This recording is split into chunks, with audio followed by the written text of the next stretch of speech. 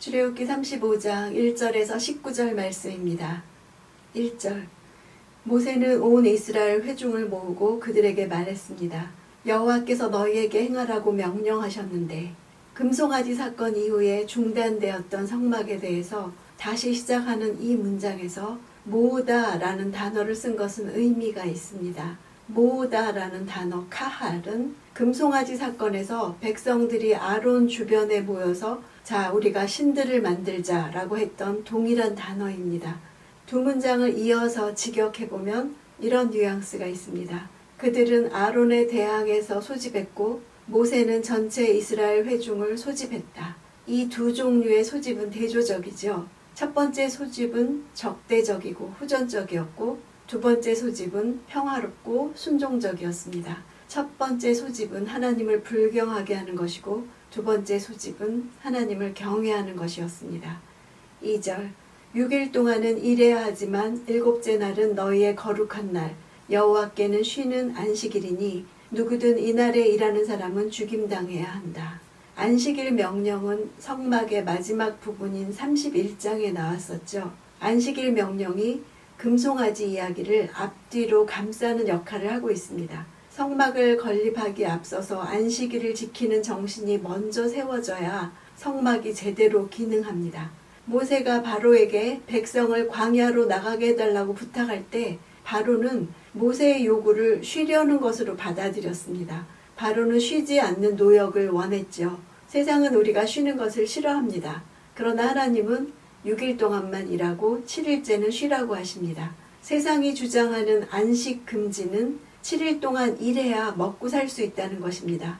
그러나 하나님이 말씀하시는 안식일의 노동 금지는 철저히 하나님을 신뢰하는가를 보시려는 것입니다. 우리의 삶은 세상이 주는 것에 달려있지 않고 하나님께 달려있다는 것입니다. 인간의 계산으로 하루 더 일하면 수입이 많아지지만 하나님은 하나님께 온전히 맡기고 철저하게 쉴 때 하나님이 공급하시는 것을 누리기 원하셨습니다. 안식일에 하나님이 세상을 창조하셨음을 기억하고 또 출애굽을 통해서 얻은 자유를 기억하라고 하시는 것입니다. 단순히 하루를 쉬는 것이 아니라 창조주 하나님의 존재를 기억하고 출애굽시키신 분이 하신 일을 생각할 때 안식일의 정신은 살아납니다. 예수를 믿는 기독교인은 안식일이 아니라 주일을 기념하여 지키고 있습니다. 주일은 주님의 부활을 기념하는 날입니다. 그분이 십자가에서 돌아가시면서 찢으신 성전의 휘장은 하나님께로 가는 길을 열어주셨음을 의미하죠. 그것이 성막의 목적이고 안식일의 진정한 목적입니다. 5절. 너희가 가진 것 가운데 여호와를 위해 예물을 가져오라. 마음이 있는 사람은 누구나 여호와께 예물을 가져오는데 그것은 금, 은, 청동. 성막을 짓기 위해서 재료를 모으는 것부터 시작합니다. 가진 것 가운데 할 때 가진 것이란 단어는 보통 소유나 재산을 나타내는 단어가 아닙니다. 여기서는 명사가 아닌 에트라는 전치사로만 쓰이고 있는데요. 이 에트는 아주 친밀한 관계를 나타내는 전치사입니다. 항상 옆에 두고 쓰는, 즉 귀하고 소중한 소유물을 가리킵니다. 가진 것이 단순히 소유한 재물을 가리키는 것이 아니라 너희의 소유 중에서 가장 아끼는 소중한 것을 가져오라는 의미가 있습니다. 이 부분부터는 앞에 25장부터의 내용이 동일하게 반복됩니다. 왜 이렇게 반복했을까요? 35장부터 40장까지의 성막 건설 본문은 32장부터 34장의 금송아지 사건 다음에 위치하고 있죠. 이스라엘 백성은 성막에 대한 하나님의 명령을 받은 즉시 성막을 건설한 것이 아닙니다. 그들은 모세가 하나님의 지시를 받는 동안에 금송아지 우상을 만드는 죄를 범했죠. 이 때문에 그들은 완전히 멸절을 당할 위기를 겪었습니다. 성막 건설은 성사되지 못하고 청사진으로만 끝날 것 같았죠. 그러나 모세의 혼신을 다한 중보기도로 인해서 하나님과 언약을 다시 세우고 나서야 성막 건설을 새로 시작할 수 있었습니다.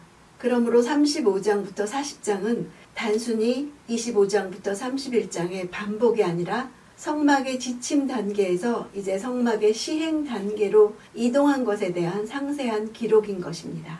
하나님의 말씀을 듣고 실행하기까지 우리에게도 시간이 걸립니다.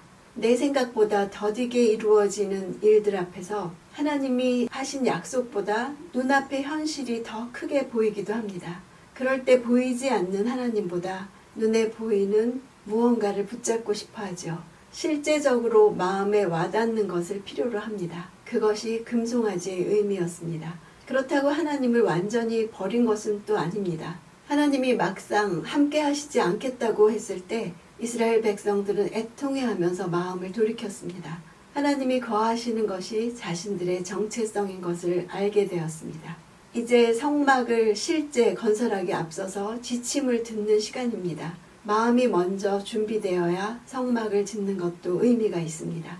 하나님이 거하시는 것을 간절히 바라는 마음의 성전이 먼저 준비될 때 실제 성막이 지어지기 시작합니다. 큐티하며 하나님이 내게 어떤 분이신가 마음으로 반응할 때 내 삶에 말씀대로 사는 실제가 이루어질 것입니다.